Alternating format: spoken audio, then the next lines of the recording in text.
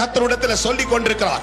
இயற்கைக்கு அப்பாற்பட்ட ஒரு அதிசயத்தை பார்க்கிறதற்கு முதலாவது உன் விசுவாசத்தின் துவக்கத்தை கர்த்தர் எதிர்பார்க்கிறார். You need to start your faith. The miracle is within your faith where you start. எந்த இடத்துல நீ துவங்குறாயோ அது நிமித்தமாய் தான் அற்புதம் வரும். நீ துவங்கின பிற்பாடு அநேக காரியங்கள் உன்னை எதிர்க்கிறதற்கு நேராய் வந்து கொண்டே இருக்கும்.